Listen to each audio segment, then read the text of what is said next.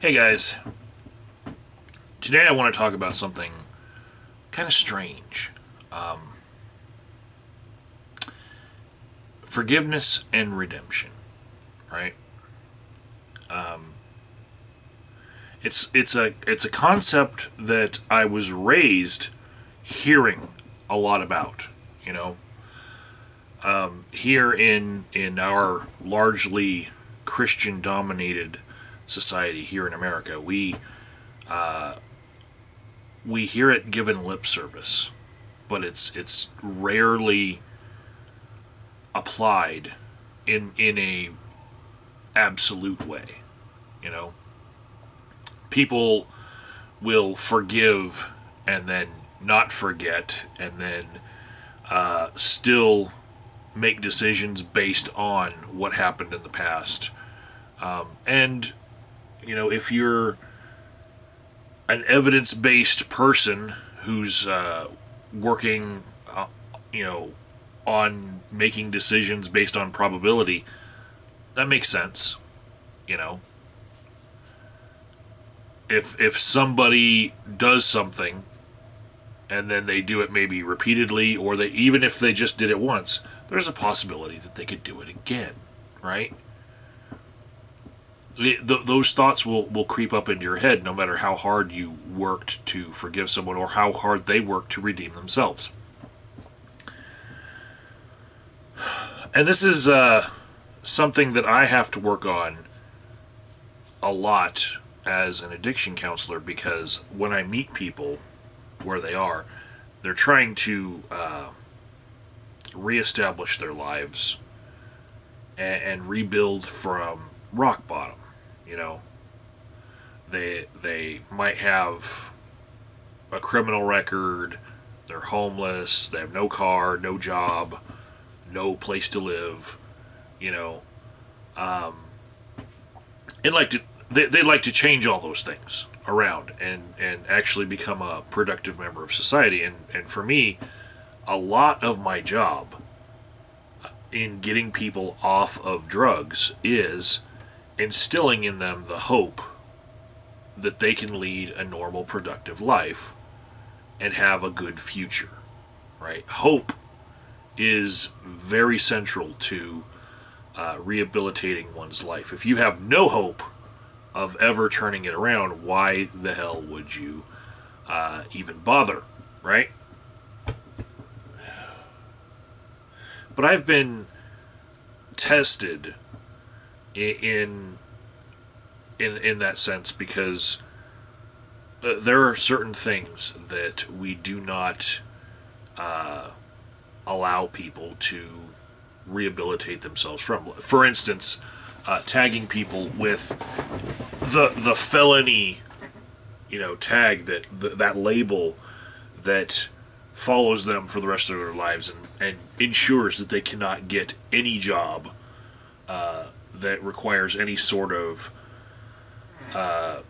security in it, where you know, somebody basically has to be on paper squeaky clean, you know, which is not to say that they absolutely were squeaky clean. It just means that if they were of the criminal mindset in the past, they were good enough about it that they didn't get caught, you know?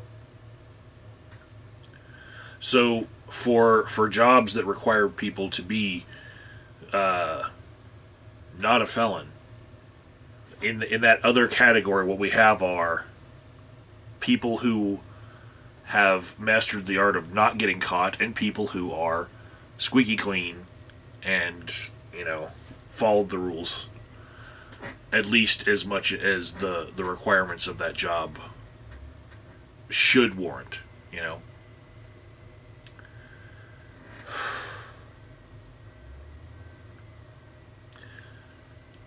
I am taken when I think about these concepts. I'm taken back about 12 years ago. I was sitting in my brother-in-law's living room after having watched a movie with him that we bought at Best Buy. back when people used to buy DVDs, right? And like every Tuesday, the new movies would come out, and so we would go down and try to buy, what we thought might be the hit of the week, and we'd go back to his home theater system, which was perfectly calibrated. He had a rear projection screen, but it was like 70-inch huge screen, and he had calibrated speakers where he had like little sound meters that he'd set up in each person's seat, and he was an audiophile of the highest caliber. And when he would play the movie The Matrix, you could hear the bullets falling in that one scene where they're jingling, and they would jingle all around on the surround sound, and it was like, oh, and like when in Star Trek, when one ship would shoot the other ship, and there's a little explosion in space, you would actually hear the shooting come from one side of the room, and it would go to the other, and it was just a great experience, right? Great home theater experience. One time, I bought a movie from Best Buy just based on the fact that it had a star in it that my sister liked. It was Kevin Bacon was in the movie, and I forget the name of the movie, but basically, Kevin Bacon in the movie was a child molester, right? And by the end of the movie, he was trying to redeem himself as a child molester. And he's put in this situation where he would be tempted to be a child molester, and he didn't do it. And so that was supposed to be the redeeming moment in the movie. That, now look at him. He doesn't do that shit anymore. He's a good guy, right? He's fixed himself. And it is very hard to get anyone on board with the idea that a child molester can be redeemed. In a story that can be presented in front of your eyes in, 90 to 120 minutes. If you're watching a movie, it is very hard to take someone from he's a real fucking child molester to he's a good guy again. That shit just does not happen. There's certain things that are so taboo in our culture, and just maybe even hardwired into our brains as human beings. It is very hard to let someone redeem themselves from. And the reason I've been thinking about this so much is Facebook once again has tried to reintroduce people from my past into my life. In suggesting, hey, you've got a couple people in common as friends with this person. Maybe you want to be friends with them. And let me take you a little bit farther back into my past. We're going back now 22 years ago. I was living in a mobile home, and I was working at a newspaper, and I wanted out of my town. I had seen just too much. And I was about to join the military in order to leave that shithole, right? And it was becoming worse and worse every day. All my friends were basically doomed to live in that shithole town forever and die there as horrible human beings, right? I was getting sick of people, and some of the things that I saw, I might have talked about briefly on this channel before, but not in this sort of narrative timeline. But I lost a couple of roommates to drugs, where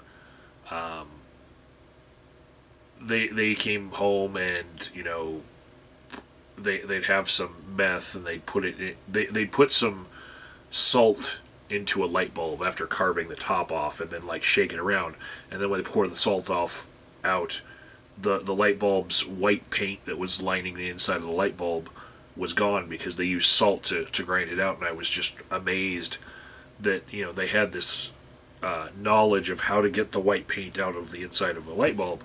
I was like, wow, we could be curing cancer if you guys would just fucking stop doing shit like that, right?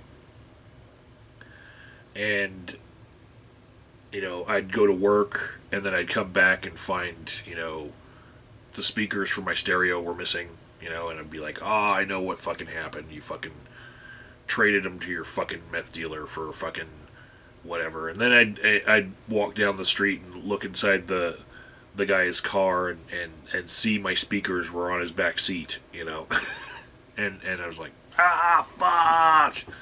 You know, I'd lost a couple of people in my life to that lifestyle, you know. And maybe it's making sense to you right now that I'm an addiction counselor 20 years on, because I had parts of my life touched by addiction like that, and I had family members that fell into addiction. Really, that's not it. As much as me getting a psychology degree had nothing to do with having a crazy mother. You know, it it was actually just, it happened. If it was going to happen because of all that, it probably would have happened to me, you know, a lot earlier in my life, this career that I'm in now, you know. I wouldn't have spent so many years as an electrician, or even in the Army, you know. I would have started working against those things right away, but no, I just kind of happened into this world, and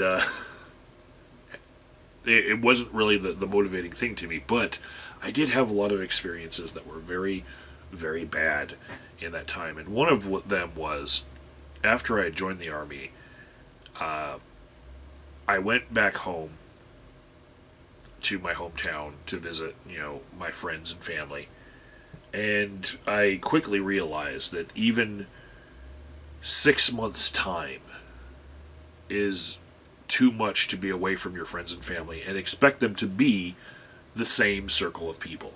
You know, people change in just 6 months way more than you realize. And I had a couple of close friends that were completely burnt out by meth. One in particular was a best friend of mine for many years in high school, and she was from Germany. She had a thick accent and was a very nice, sweet girl who you would never have suspected her to be somebody who would be caught up in the meth scene. You know, she had a bright future, and when I saw her, when I came back after 6 months, what had happened to her, she basically got turned into a sex slave for meth. She was turned out many times by her dealer in order to get more meth, you know, because the shit has a price, and sometimes people can't pay it. They find different ways to pay it, right? And her brain was so, it was so much on fire, and at the same time like a lizard. You know, like, compared to the girl that I knew, it's like the only thing she was thinking about was, how can this conversation that we're having end in me being handed meth in about 3 sentences? And it's like her eyes were always looking at you like, okay, where's the meth? You know? It was bad. It was really, really bad. I could not have imagined her turning into that. And we had actually dated for a little while I was in high school, and to see somebody that I had dated turn into that in such a short amount of time. And the weight loss was also shocking to me. Like, what had happened to her. It was just, oh, wow. I dodged a bullet there, but really, the bullet that I dodged, I don't know if it was being with her or, you know, the drugs that I didn't fall into as a kid. And the person that was her dealer, the one who had traded her to many other men in order to basically have this other economy of where he's getting his money. If he can't get it from selling the drugs directly because the people that want his drugs don't have money, he can trade them for sex, and then those people pay him, you know, as the pimp. The person who had turned her out so many times, I'm not going to name him in this video, right? I'm not naming names, but he in a very short amount of time, in the time that I knew him back in high school and right after graduating, he had turned into one of the people that I hated the most in the world. You know, he took people that had bright futures and he destroyed them, right? I really did equate people being that addicted and then being led into situations where they had very little choice in the matter because their brains were not working right. I equated that to rape, you know, especially when in order to satisfy the wants of the clientele, these girls would be severely intoxicated with all sorts of stuff, to the point where they would be, you know, passed out and then turned out with trains, right? Like, really, really bad shit. And I equated it with rape, right? And so this dealer who was central to a lot of my friends becoming part of that lifestyle, I really hated him. Like, the types of labels that my brain would put on this one guy are horrible. You know, like, if we were to have a purge of America of the bottom 1% of bottom feeding slugs, this guy would need to be cleansed from the earth. Like, off of my planet, I vote you off. You know, like, that bad. And, yeah. Facebook, you know, 2 decades later, says, hey, maybe you'd like to be friends with this guy. Because some of my friends in the past that I maintained my ties with have become Facebook friends with him somehow. And, you know, the more people you have in common, you know, with just 1 degree of separation on Facebook, the more likely you'll get suggested them. And I looked at his photo, and I was like, wonder what the fuck this guy's doing, because he does not look like where I figured somebody who was a pimp, you know, strung out on meth would end up, right?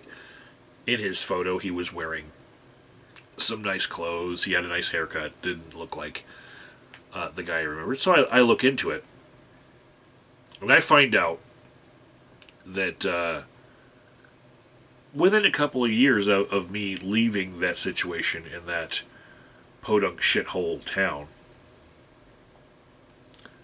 this guy turned his life around. He's got a resume where he really builds himself up, and even reading it, there's still elements of what I thought of him, like he really embellishes his resume when you're looking at the about him section of things. He really does make it look like this has been a lifelong thing for him, where he believes in the cause that he now works for. But he's now basically a CEO, we'll put it that way, of a national network of nonprofits that deal with victim advocacy, specifically in women's issues. And I was like, what the fuck? This is bizarro land. This is not right. Like, for anyone to have done the things that this guy did, to then become somebody who not only advocates for victims of all sorts of things that are women, but then becomes a trainer of other other nonprofits that like to offer services to train the other people in how to deal with these people, and then to be called into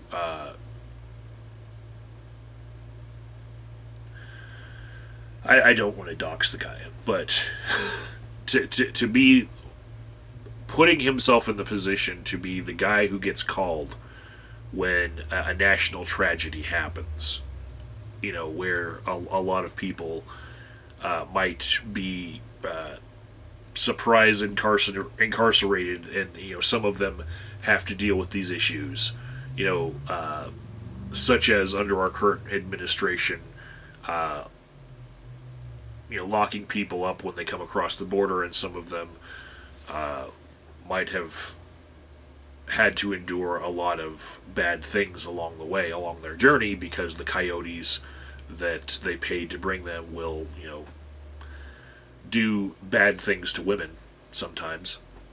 For him to put himself in a position where he gets to be around women that are victimized immediately put like red flags in my head. Like, that's just like, somebody who is a pedophile aspiring to be a Catholic priest so that they can be around choir boys. This guy being in that position is bad, bad, bad. He hasn't passed. He should not be able to be in that position. That is, what the fuck, wrong. Wow. And I haven't talked to this guy in 2 decades. I don't know his life. I don't know what went through his mind when he decided on this path that he took. But by his bio, it happened somewhere around a couple of years after I left that shithole that I spent my childhood in, right? And in 2 decades' time, he's built himself up to where he's seen as a subject matter expert on what to do when you're dealing with women who have suffered in all sorts of situations like that. And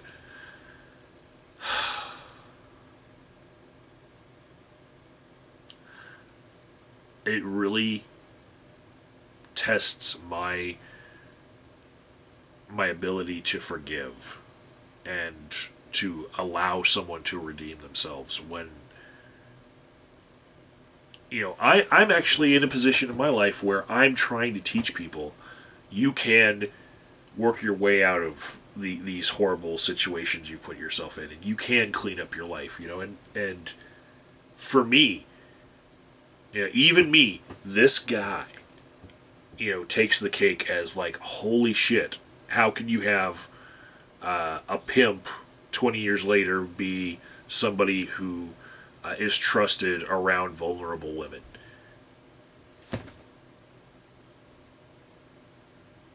and being from the community that I am here on YouTube, one of the things that is prized the highest in this community that I'm in on YouTube is exposés. You know, and there's a little part of me, little troll that wants to be fed with, like, I wonder what would happen if I went over to his organization's whatever reviews page and left a whole bunch of reviews telling people the names of this guy's victims in the past. You know, I wonder if they know what a horrible douchebag this guy was just 20 years ago, and, you know, how many lives he ruined, how many lives I know of that still have not gotten back on track because of this fucking douchebag, right? And here he is, you know, teaching people how to counsel and console the same sort of victims that he spent many years creating.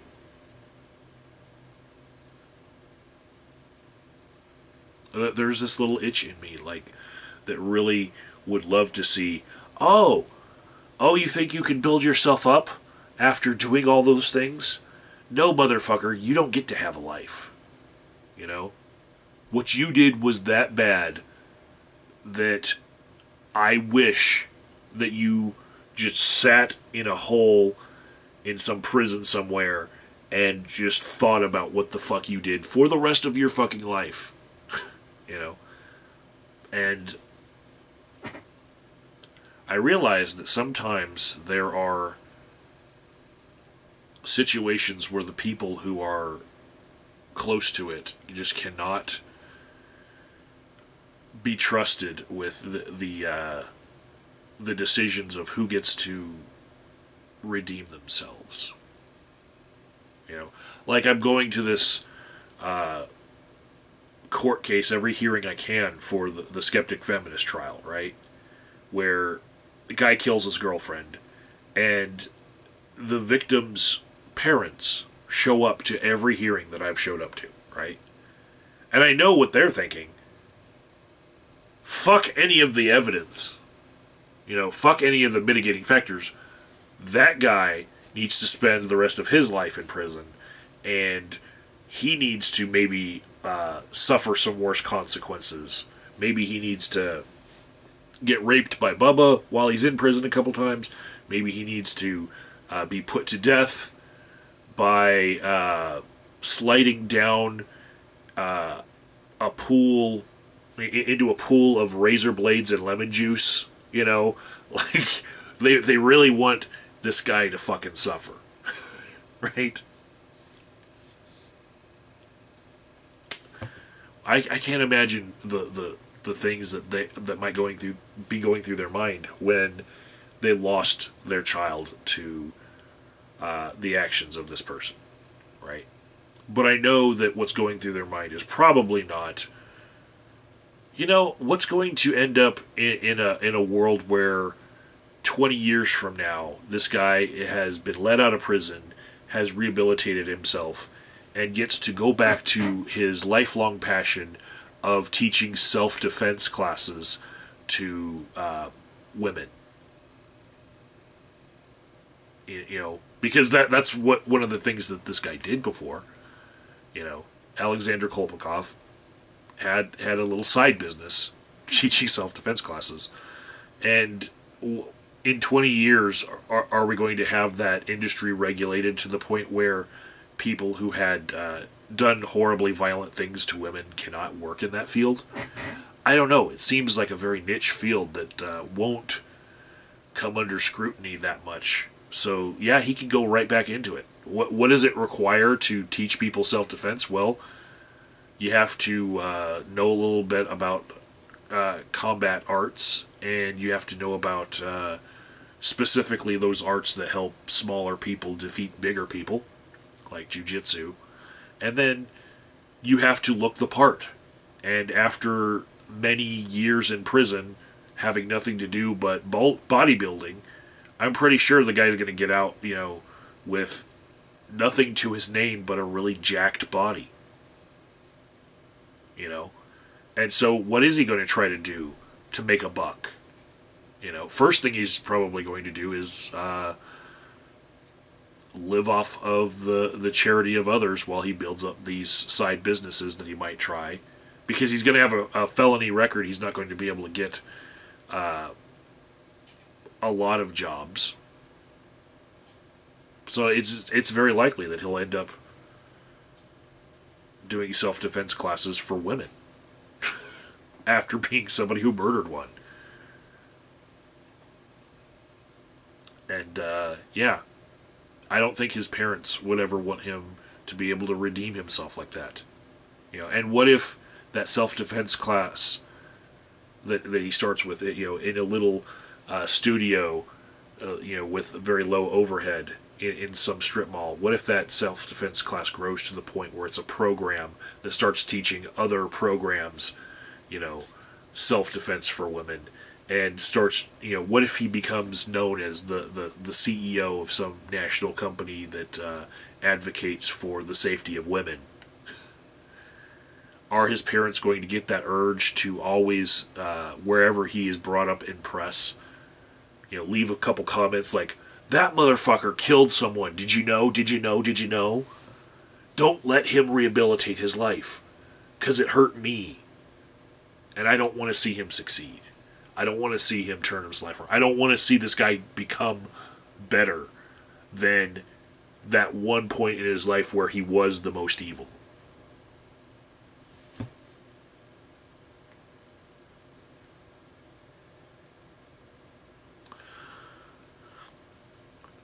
Sometimes you're just too close, and you just can't remove yourself from a situation enough to be able to forgive. And as much as I am an advocate for people redeeming themselves, I realize there are limits, and sometimes you just have to. If you're trying to redeem yourself and trying to become a better person, there are some people that you just have to realize you are never going to be able to fix your image with them. You just have to kick the dust off your feet and, walk down the street to some other life, because you're never going to fix it.